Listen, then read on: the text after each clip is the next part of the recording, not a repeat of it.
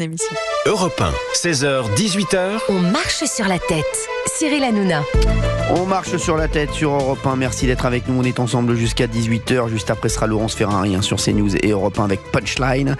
Pour le moment, bien entendu, c'est vrai qu'on parle de deux sujets. En même temps, parce qu'il y a des auditeurs qui veulent réagir sur les deux sujets. On parle bien entendu du drame de Philippines et de la responsabilité des juges, puisqu'on a eu les dernières infos encore de Gauthier Lebray qui nous a relayé les infos d'Europe 1. Donc merci Gauthier.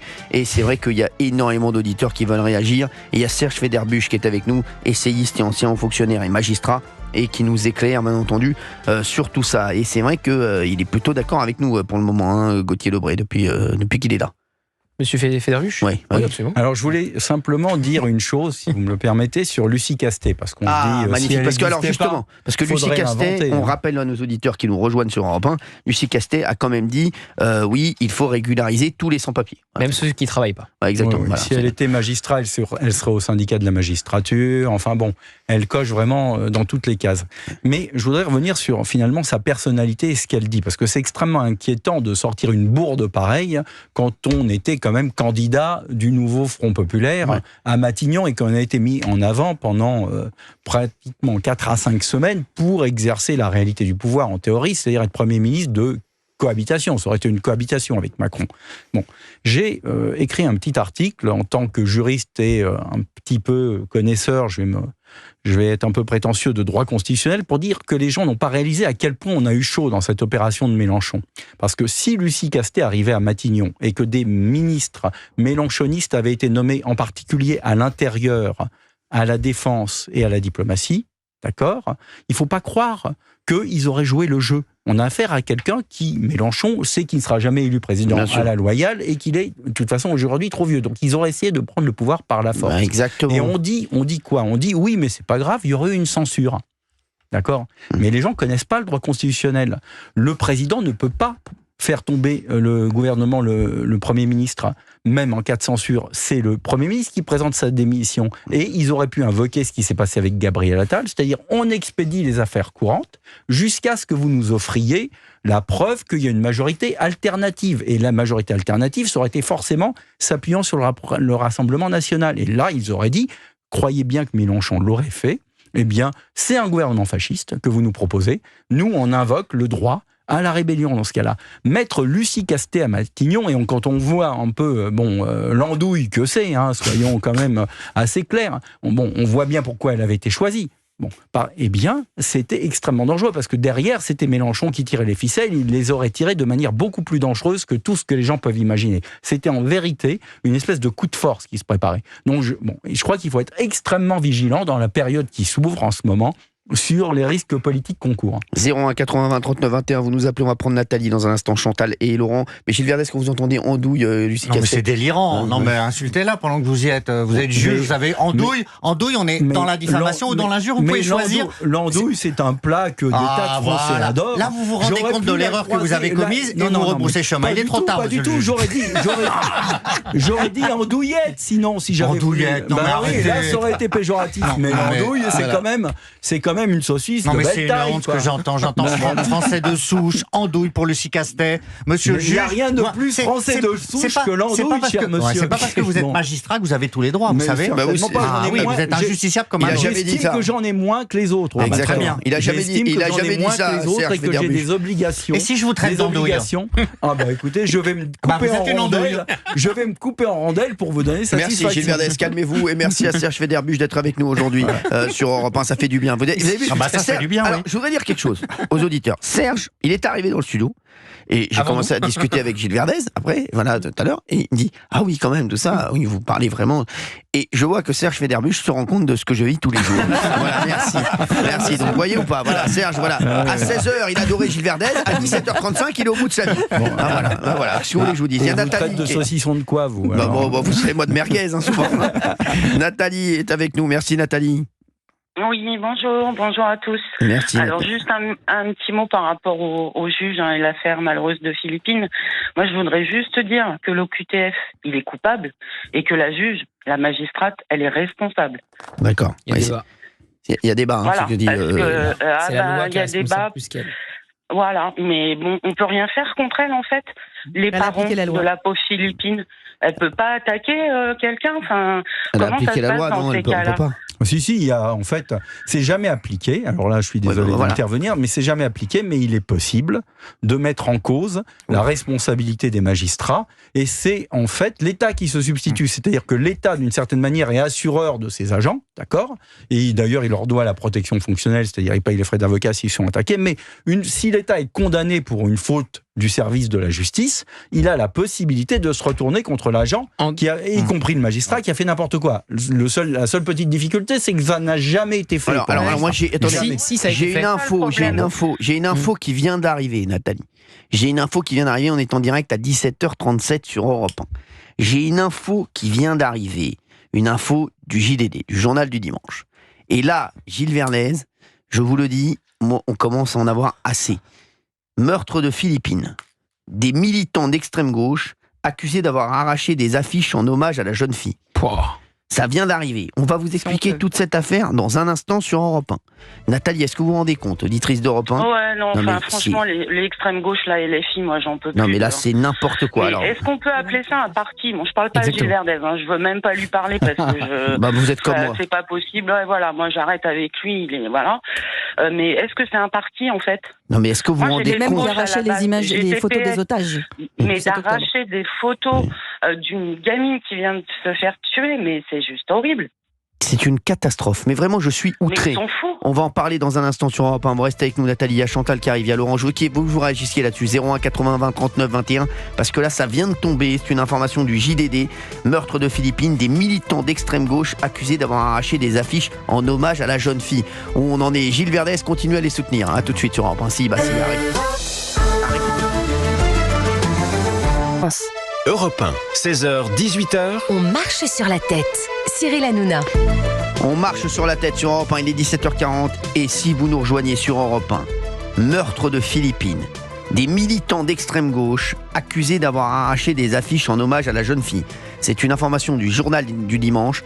Il y a des auditeurs qui peuvent nous appeler là-dessus. 01 80 20 39 21. 01 80 20 39 21. C'est une folie. Écoutez-moi bien. Moi, quand on dit qu'on marche sur la tête, c'est fou. Gauthier, est-ce que vous pouvez nous raconter cette affaire que vous découvrez en même temps que moi Exactement. Alors, c'est l'UNI, vous savez, ce syndicat étudiant plutôt classé à droite, qui collait des affiches pour donc la jeune Philippine. Et notamment dans l'université de Grenoble, le syndicat l'UNI accuse l'UNEF, syndicat pour le coup classé à gauche, d'avoir arraché ces affiches. Donc l'UNIC accuse l'UNEF pour l'université de Grenoble, et la même scène se serait passée à Sciences Po Lyon. Donc ça concerne les universités, l'enseignement supérieur. Des affiches en hommage à Philippine sur lesquelles on pouvait lire justice pour Philippine, étudiante assassinée par une OQTF non exécutée, ont été plaquées, mais elles ont été aussitôt arrachées malgré le fait qu'elles aient été posées sur un espace d'expression libre. Donc voilà les deux facs concernées, Sciences Po Lyon et l'université de Grenoble. Et l'université de Grenoble, encore une fois, c'est le syndicat UNI qui collait ces affiches et qui accuse le syndicat UNEF de les avoir arrachés. C'est extrêmement grave, une fois de plus. Nathalie, vous êtes avec nous en ligne sur Europe 1. Oui, j'écoute. Il y a la vidéo, je tiens à vous dire. La vidéo. Mais le maire de Grenoble, il est de quel côté, lui ? Il est écolo. Il est écolo, oui. Voilà. Et c'est il est pas du côté des armes. Arme la police, etc., etc. Il enlève ses caméras vidéo et tout. Non, mais voilà, on en arrive à ce point-là avec tout ce qu'on entend. Mais tous les jours, et encore, la Philippine, on en parle, malheureusement. On préférerait bien évidemment ne pas en parler. Mais tout ce qu'il y a tous les jours. Et eux, là, ils arrachent des photos de cette pauvre jeune fille. Une photo en noir et blanc. Si c'était un autre prénom, ils l'auraient arraché. Bah oui, si ça avait été des otages ou des victimes du Hamas, ça oui, ils auraient arraché, c'est sûr. Voilà, ils auraient arraché. C'est grave. Gilles Verdez. C'est quand même hallucinant. Gilles Verdez, tiens, la question. Tiens, posez la question à Gilles Verdez, la question que vous venez de poser, Nathalie, s'il vous plaît. Je veux voir sa réponse. Ouais, non, je pense qu'il a entendu, mais si alors, qu'est-ce que vous dites de ce que vient de dire Nathalie ? Alors, je suis. Arraché aussi. Je suis contre l'arrachage des photos de Philippines. Heureusement, vous n'allez pas dire que vous êtes pour non plus. Alors, j'ajoute un mais. On est dans une guerre syndicale entre extrême droite et extrême gauche qui dépasse le cadre de Philippines. Voilà, unis contre UNEF, c'est extrême droite, extrême gauche. Attendez, Nathalie. Non mais Nathalie, je peux plus entendre ça. Ah, mais c'est horrible ce que vous dites. Mais c'est horrible ce Là, qu'il est en train de dire. la politique dedans, mais il faut arrêter. La gamine, elle est morte. Non, mais il Ils est se rendent fou, ce compte mec. de ça. Il est fou. Si c'était leur fille, si c'était leur sœur, ils arracheraient la photo comme ça. Non, mais ils Gilles sont Verdet, fous, ces gens-là. Gilles Verdet, Ils sont dangereux. vous mettez à la place des gens, un C'est moment. horrible ce qu'ils disent. C'est Tu horrible. crois que c'est à cause d'une bataille syndicale Bien sûr. entre Bien sûr. étudiants? Non, Ça, non. Tu sais pourquoi l'UNEF arrache la photo de Philippine? Parce de qu'il y a marqué. l'Uni. Non, c'est l'UNEF qui Ouais. arrache. Oui, oui, pourquoi ils arrachent la photo de De Philippines Philippines. postée par un De syndicat Philippines, d'extrême c'est bon. de Philippines, syndicat d'extrême droite tout de suite. L'Uni, c'est un syndicat de N'importe droite. quoi. C'est un syndicat de droite. Il y a un syndicat de gauche qui s'appelle C'est l'UNEF. vous qui êtes d'extrême gauche, Voilà. c'est tout. Ici, il n'y a pas Et donc d'extrême. tu sais pourquoi ils arrachent la photo de Philippines? Parce qu'ils ont mis le mot OQTF. Exactement. Tué par un OQTF. C'est ce mot qu'ils ne supportent Tu pas. vous voyez bien que Ils ne Libération supportent pas le ne réel. l'a pas mis. Libération. Et ça les dérange. Mais Libération n'a pas mis au QTF. Je ne comprends pas pourquoi on ne le met pas. C'est la même logique que le syndicat de la magistrature. Il y a un continuum entre toutes ces affaires. Il y a un continuum. Cet homme était sous OQTF. Il n'avait rien à faire en France. Si l'OQTF avait été exécuté, Philippine serait toujours vivante. C'est purement factuel, mais ils sont tellement emprisonnés d'une idéologie mortifère qu'ils ont des immenses œillères et qu'on ne peut même pas évoquer ce sujet calmement sans employer le mot pour le syndicat de la magistrature de xénophobe. Ils C'est font insupportable. énormément de mal à la France. Énormément. 01 80 20 39 21. Je veux que vous réagissiez là-dessus. On va écouter Serge Federbusch dans un instant qui va réagir à ça. Mais juste, je voudrais Chantal avant. Merci Nathalie d'avoir été avec nous sur Europe 1. Merci. Je vous fais des gros bisous Nathalie. Merci d'avoir été avec nous. Chantal est avec nous, qui habite en Normandie. Chantal, quand vous entendez tout ça, vous dites quoi? C'est catastrophique. Catastrophique, voilà, on est Et d'accord. quand je vois les propos de M. Gilles Verdet, non mais c'est impensable. Il est dans un autre univers. Non mais il vit où? Il vit où? Chantal, il vit dans sa bulle. Je comprends pas, vous êtes quelqu'un d'intelligent. Vous Gilles avez les Verdet. deux extrêmes. Gilles Verdet, qui est odieux, et à côté de ça, vous avez votre journaliste Gauthier Lebret, c'est la crème. Tout le monde voudrait l'avoir tellement ses compétences sont voilà. au Vous savez, maximum. Chantal, vous voyez, on pense la même chose, Chantal. Gauthier, c'est ma crème fouettée. C'est ma crème fouettée. Je ne vous dis pas. Hein. Mais moi, je l'adore. C'est un journaliste remarquable. Gardez-le le plus longtemps possible. Ne vous inquiétez pas, il me lâchera jamais. Oui. Et moi, Augmentez-le aussi. Sinon, on en vient à l'efficacité. Merci. alors, Lucie Cette Castet. dame, elle vient de nulle part. Bah oui. Elle est prétentieuse, arriviste, elle s'y croyait déjà. Non, mais c'est Et incroyable. quand on voit le salaire qu'elle s'est imposé puis qu'elle s'est rétractée après, mais c'est n'importe quoi. Et quand on a tout en tant que Premier ministre, elle aurait eu qui comme ministre? Mélenchon, Rousseau, Panot, Tondelier. Ah bon, vous savez, c'était Hugo Oh, là, Abovo, c'est Hugo catastrophe. Bernalicis. Et Louis Boyard, il aurait mis où? Ah bah, je sais pas, l'enseignement supérieur. Et Delogu à l'histoire. On va les appeler les grands guignols.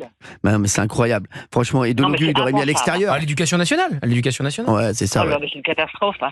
Sinon, ce matin, je voulais préciser, j'ai entendu à l'émission de Morandini Oui. un magistrat qui vient de Rouen, M. Butin, sans le nommer, qui disait que finalement, il demandait souvent un avis au psychiatre. Mais c'est juste un avis, ils n'en tiennent pas compte, les juges. Mais où on va entre un psychiatre et un juge? Mais attendez, le psychiatre est quand même à la hauteur de juger un...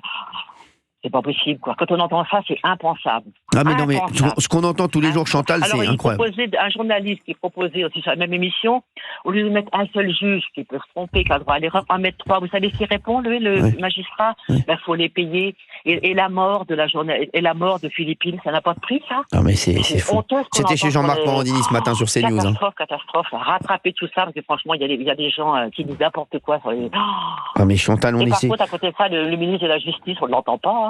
Non, mais Ah, si, figurez-vous que Didier ça y est, Migaud.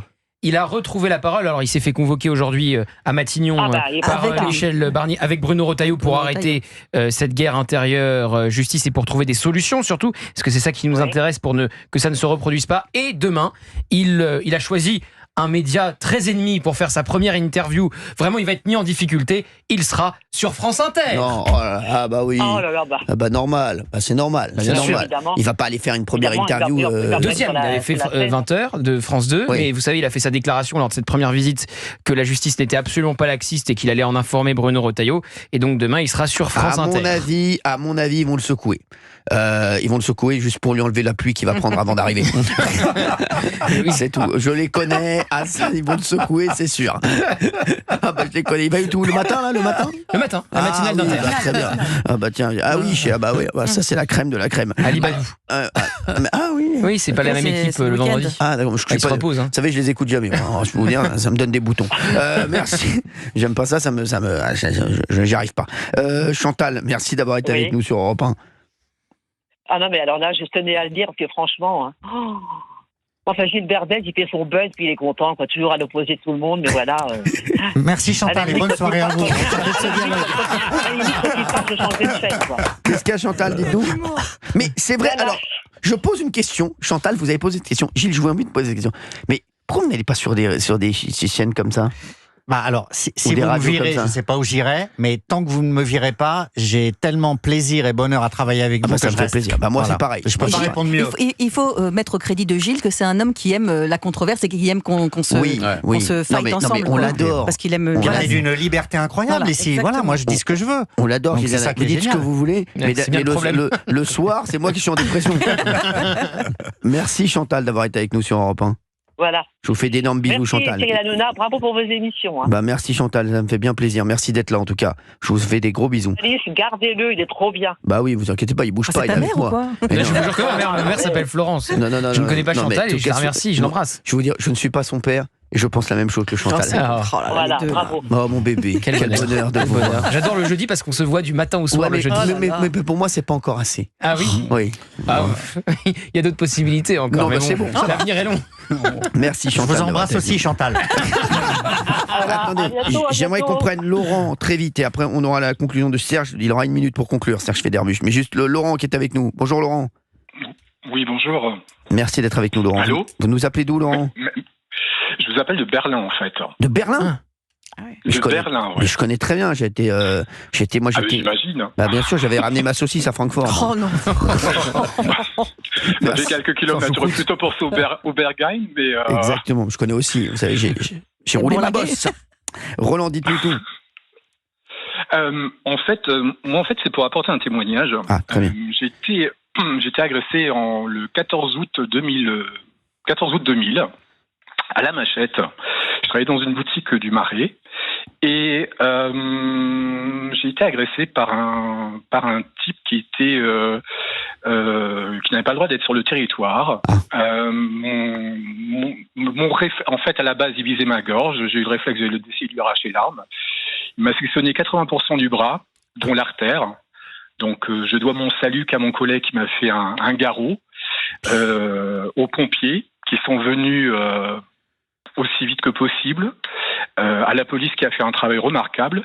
Par contre, justement, là où je trouve que c'est un éternel recommencement, là où moi j'ai eu de la chance, visiblement en Philippines n'en a pas eu, mais moi, mon agresseur, il a été libéré, j'étais pas encore sorti du bloc opératoire. Quelle catastrophe. Quelle catastrophe. Voilà. Franchement. Donc le jour d'après, la police était venue me voir dans ma chambre et m'a annoncé que mon agresseur avait disparu. C'était un type qui venait du Laos. Il avait disparu, personne ne savait où. C'était la veille du 15 août. Donc on m'a expliqué que c'était sans doute parce qu'il n'y avait pas assez de personnel la veille du 15 août et que c'était sans doute pour ça qu'on l'avait laissé sortir. Donc voilà, il a été retrouvé lors d'un contrôle quelques mois plus tard. Et mais je peux vous assurer que tout le truc, toute la traversée en tant que victime, c'est aussi quelque chose qu'il faut évoquer, c'est qu'en tant que victime, vous n'êtes rien. On vous fait comprendre que vous n'êtes rien. Moi, j'étais obligé je sais plus si c'était au pénal ou quoi que ce soit. C'était il y a 24 ans. J'étais pas encore presque un gosse. Mais je sais qu'à l'époque, j'étais obligé de déballer mon bras dans un tribunal avec des gens qui avaient volé des autoradios, qui avaient vendu de la bœuf. Voilà, au milieu de quoi j'étais obligé de témoigner sans coupable. Quand je me suis retrouvé au tribunal avec le coupable plusieurs mois plus tard, son avocate a quand même essayé de tourner le truc en disant que je l'avais excité parce que je ne l'avais pas laissé partir avec la marchandise qu'il avait volée dans notre boutique. Incroyable. Donc c'est quand même des choses qui sont assez non mais Laurent, effarant, bien sûr, et que ça n'a pas bougé depuis. C'est surtout ça. Laurent, est-ce que vous pouvez nous rappeler? On va vous rappeler demain sur Europe 1 parce qu'on voudrait continuer à discuter avec vous dans l'émission de demain, dans On marche sur la tête, 16h, 18h, parce qu'il nous reste plus que 20 secondes. Serge Federbusch, je le rappelle, le sabre et l'esprit, comprendre le nouveau désordre mondial. Merci d'avoir été avec nous, Serge, et vous revenez quand vous voulez. Vous êtes le bienvenu. Merci beaucoup. Et c'est Gilles Verdez qui va vous ramener à la maison. Absolument. Ça vous fait plaisir? Je lui donnerai un exemplaire du bouquin aussi. Ah oui, avec grand plaisir. Et merci pour votre dédicace. Merci Laurent, on vous retrouve demain sur Europe 1. On va vous rappeler nous-mêmes. Et puis merci à tous d'avoir été avec nous. On se retrouve bien entendu demain 16h-18h sur Europe 1. Tout de suite, c'est Laurence Ferrari.